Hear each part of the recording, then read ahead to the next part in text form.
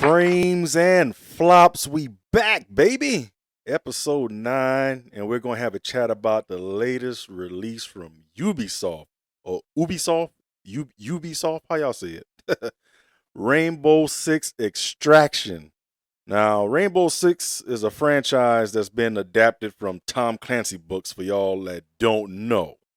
Tom Clancy books were all about tactical military operations and military science that people loved from the mid 80s all through the 90s and even to the early 2000s. The first game to use his name in the title was Rainbow Six. Ubisoft purchased the rights to his name in 2008, and they've been cashing in on that man's name ever since. Now, some people say that Ubisoft has bastardized the Tom Clancy name, but based on the sales, they doing something right. I don't particularly play a lot of Tom Clancy games. I played Splinter Cell back in the day, just a little bit of Ghost Recon, but I did play a lot of the Division 1 and 2, so maybe I have played a lot of that man games. The point of my rambling here is that all the games I listed and the literary history of old Tom's work is that everything is supposed to be rooted in realism, tactics, stealth, cooperation. Take note of that. The last game to accomplish that, in I guess everyone's opinion, was Rainbow Six Siege. And it started off rocky, but then they tightened up and they gained one hell of a second win. And it's still popping to this day. I tried Siege, but I couldn't get into a groove since it's not, it's about being tactical and working with teammates. And compared to the faster paced and mindless first person shooters I typically play, that's just, it was out of my element. I didn't put time in to really understand. And I still might go back and do that. Now, I don't have a leg to stand on when it comes to my critique of Extraction, so going forward, I'm prepared for y'all to call me dumb, roll your eyes, and tell me to play a real game. Siege is about going up against other players, PvP. You're either the terrorist or the quote-unquote good guys, and both sides have objectives to complete in order to win a match. Extraction, on the other hand, is the opposite.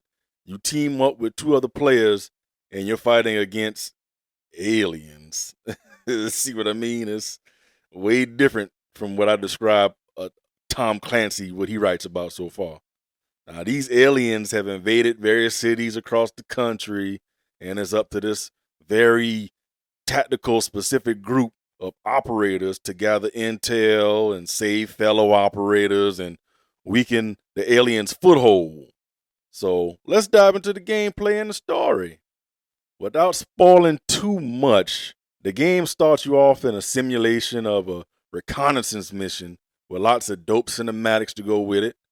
I was thinking that I have somewhat of a campaign to work through because I love campaigns, but that's not really the case here.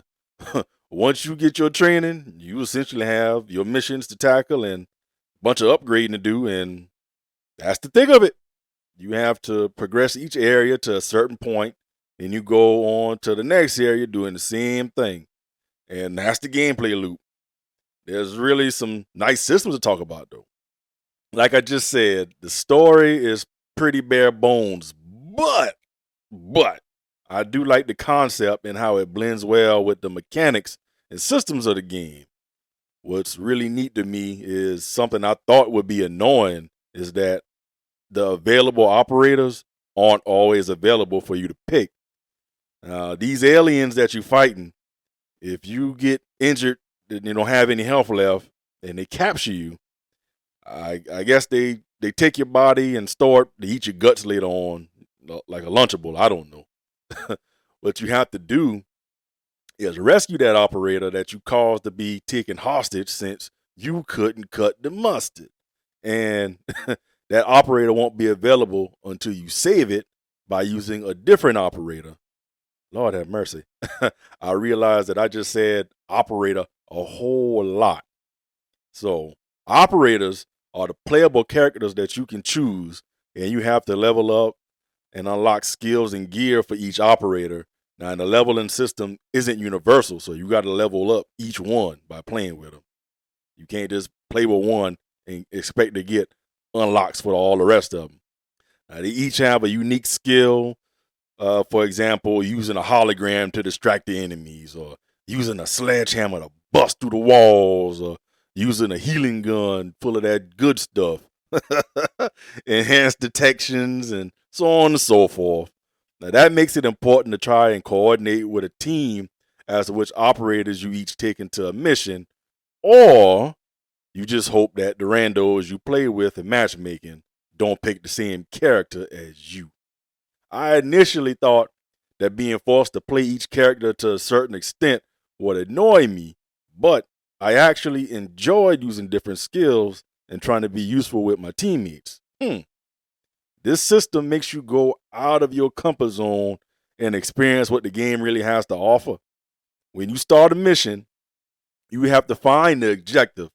Something I really do not like, but I guess that's the realism aspect in full swing. They put markers on the map that show the way to the next area and the extraction point. They could have put a marker for you to get to the objective point, in my opinion. I say that because there's a timer on each area, and I've spent a good 4 to 5 minutes with randos, no communication, trying to be stealthy, and find the objective to only end up just going guns blazing. So the antithesis of what the game is supposed to be. If you get to the objective, which is typically taking a small sample from a nest, baiting a big bad mamma jamma, bait him to a trap to take him, rescuing an operator, taking a sample from a special alien that got some pretty lights in his body, or you planting bombs around their nest and stuff, and you do all that, you don't lose a teammate, y'all move on to the next area, and y'all do another one of those same type of objectives.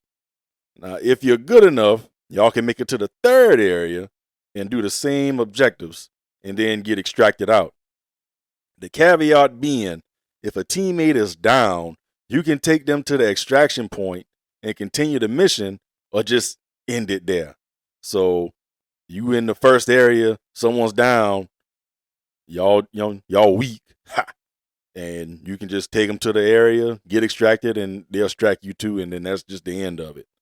Or y'all can just thug it out and keep going with 2 or 1 operator.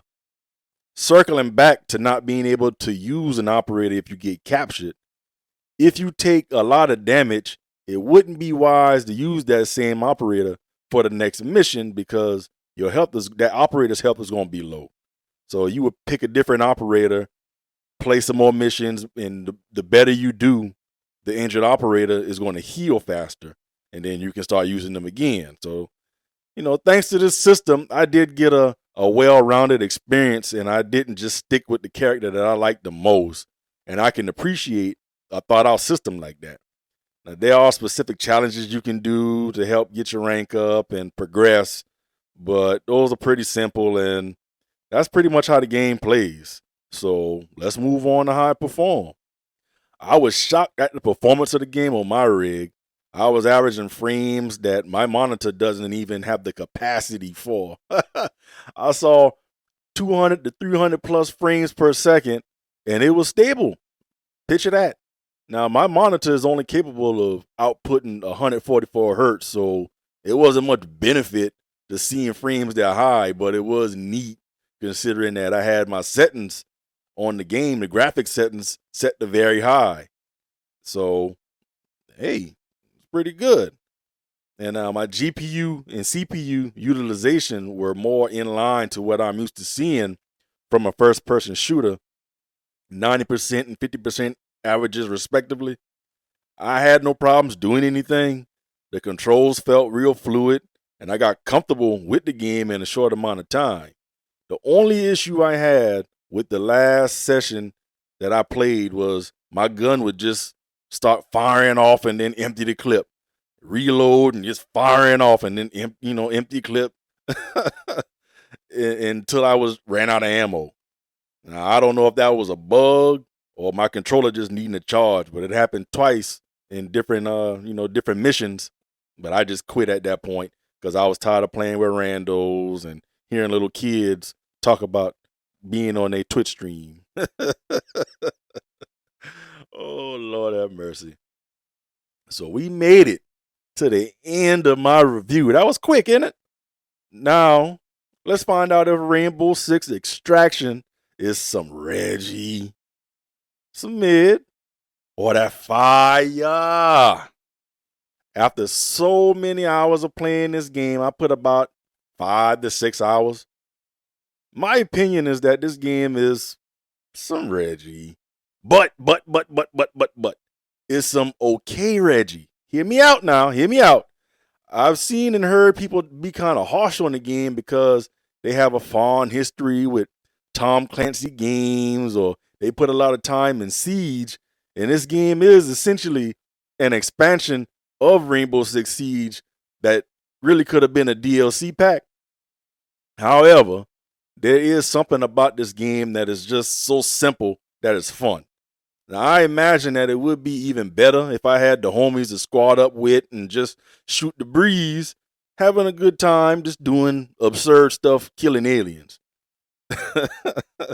Now, if Ubisoft decides to add content to the game throughout the year, I think it will maintain a healthy player base. If not, it's unfortunately going to be a flop because there's not much aspirational content from what I can tell.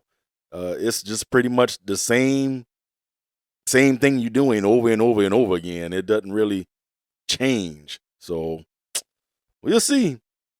It's a good game to hop on with the homies and play for a couple hours until y'all find the next game to really get invested in. And it's on Game Pass. If you got Game Pass, you can play it on Xbox or PC if you got the Game Pass.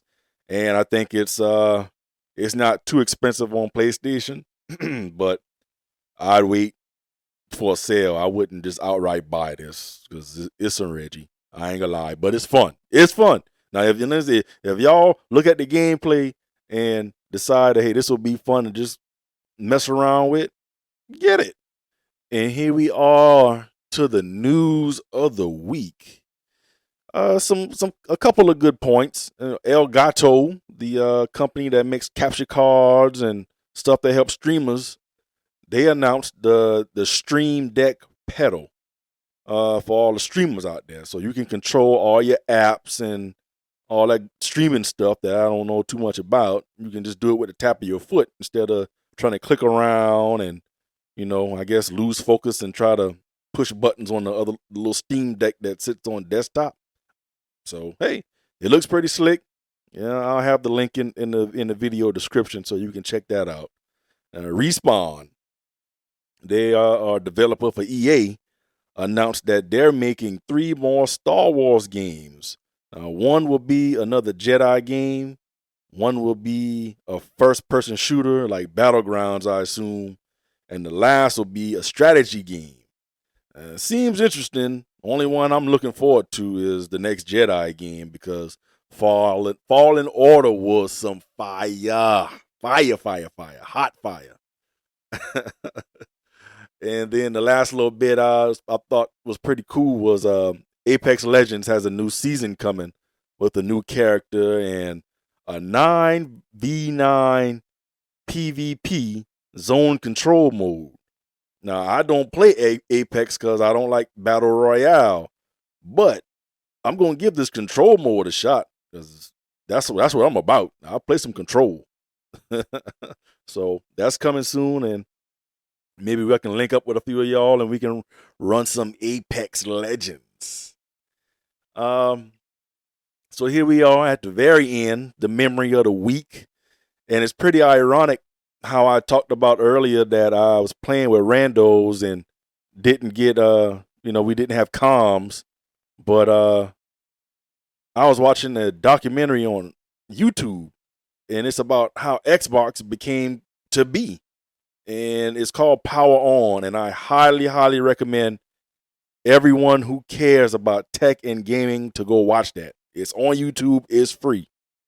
So I think it was part 3 or 4 where they go in depth about how they revolutionized online gaming and made Xbox Live the standard that's in gaming now, being online, having communication, having party chats.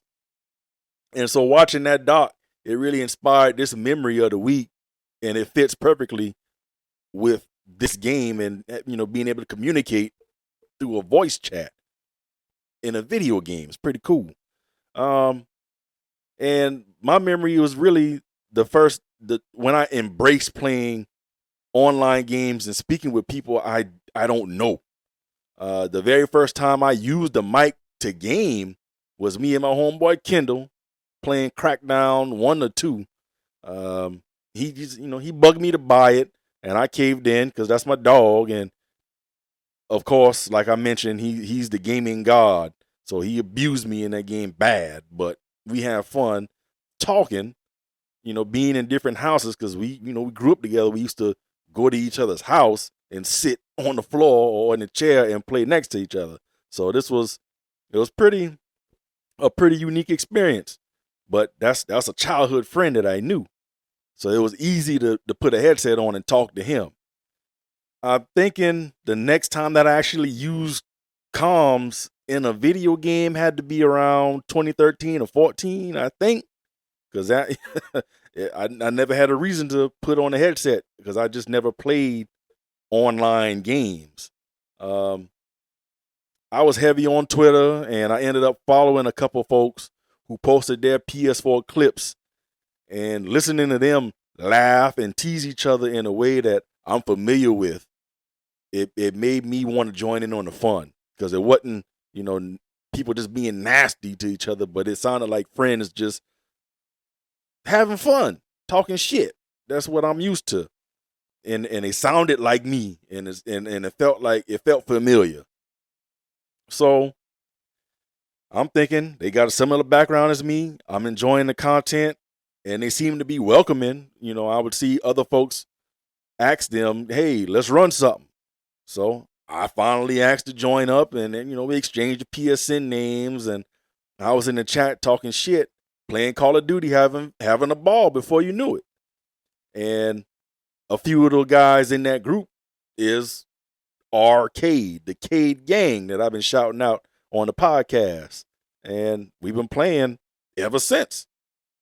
So, Cade gang, they took me through my first raid in Destiny because I was playing Destiny all by myself when the first one came out. So they got me through Crota.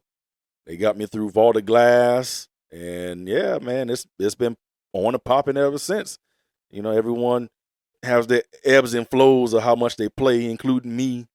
But we starting to pick back up. We just beat Vault of Glass for the first time in D2 as the gang, the OG gang, this past weekend, and it's pretty cool. So I think everyone's, for the most part, wanting to get back into Destiny and get ready for Witch Queen. So it'll be fun. I'm naturally not a talkative person, so it's still a chore for me to get on in the chat and just chit chat to this day, and they know that. And I use gaming time for me as a way to consume other content like podcast and YouTube videos and all that good stuff. So I don't want to be rude, and I want to listen to what I'm listening to, what not hearing people talk. So I'm just not a talkative guy naturally unless there's something that I need to speak on that we're doing an objective in the game. But my Destiny clan, the Blue Man, Exodus Blue group, they've been slowly getting me out of my shell to just get in the chat and shoot the shit. And I know a few of them. I hope they don't take it personal when I say I'm getting on and I'm gonna be mute. But it's not that I don't want to talk to them because I don't like them. It's just I'm not that talker. I'm not that. How was your day, guy? That ain't me. I say all that to say it was pretty cool to see how communicating on a video game with people that you don't even know to end up growing relationships with people has become the standard thanks to Xbox on every platform. I don't know about Nintendo, but anywho, tell me about y'all's first time really getting into online gaming and getting in party chats, and how receptive were you to that? That I think that's a good conversation to have. So, get in the comments. Tell me something. And here we are, another short and sweet episode. I'm trying to keep my promise to y'all. We only had one episode that went real long because I just love that doggone game, Outriders. But hey, I appreciate y'all for listening, sticking with me. I'm gonna keep cranking it out. Damn, that sounded bad. But anywho, hey, like, share, subscribe, tell a friend to tell a friend. Cade Gang, shout out to y'all. Exodus Blue, shout out to y'all. Let's get ready for Witch Queen. February. Hey, February is gonna be hot. A lot of games coming out. Got some content in mind for y'all. We gonna keep rocking. Frames and flops. We out. Thank you all for tuning in to Frames and Flops. Bye bye.